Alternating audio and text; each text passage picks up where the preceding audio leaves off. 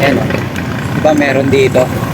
Siyempre, didiskarte rin tayo para makahanap tayo ng butas. Yan. Kita mo? Kita nyo ba? Minsan, mas maluwang pa rito.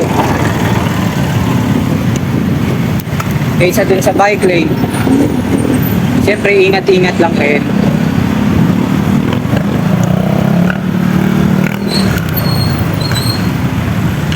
Oh, diba? Traffic eh.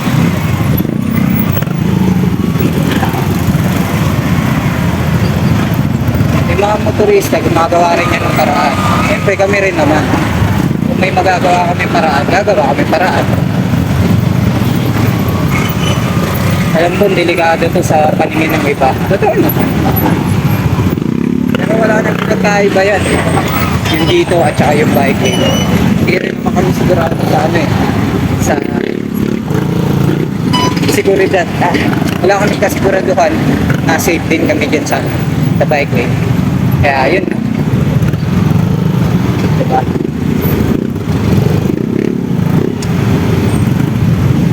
Araw.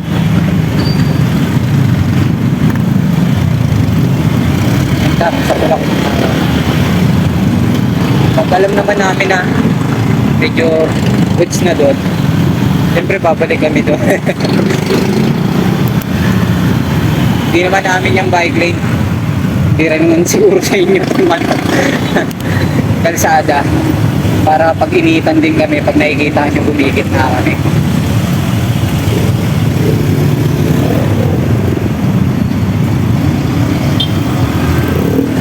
Alright.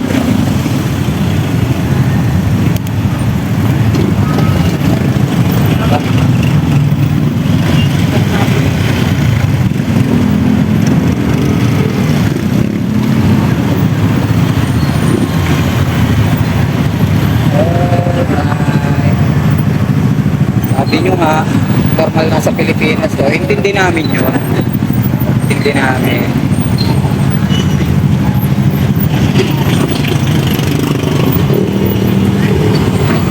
Doon tayo. Robinson Place, Antipolo. Master Peter, di ko alam kung nauna sa akin o ako yung nauna sa kanya.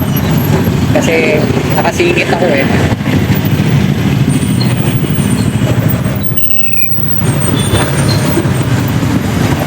Yeah.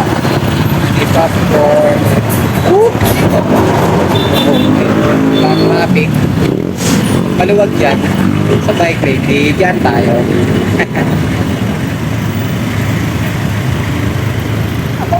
Naiilang akong pasukan ng diretso yung mga ganun. Lalo talang kung may angkas na bata. Kusina pa. Yan.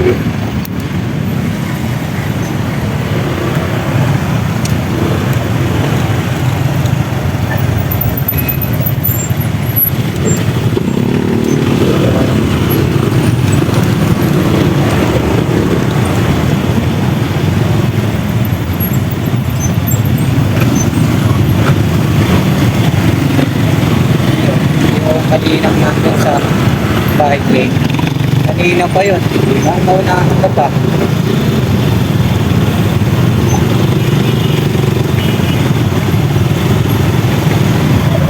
Okay.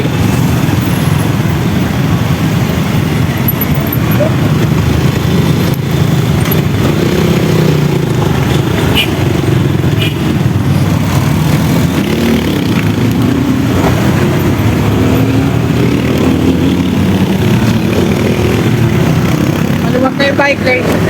Eh, kita-kits ulit dito. Alright.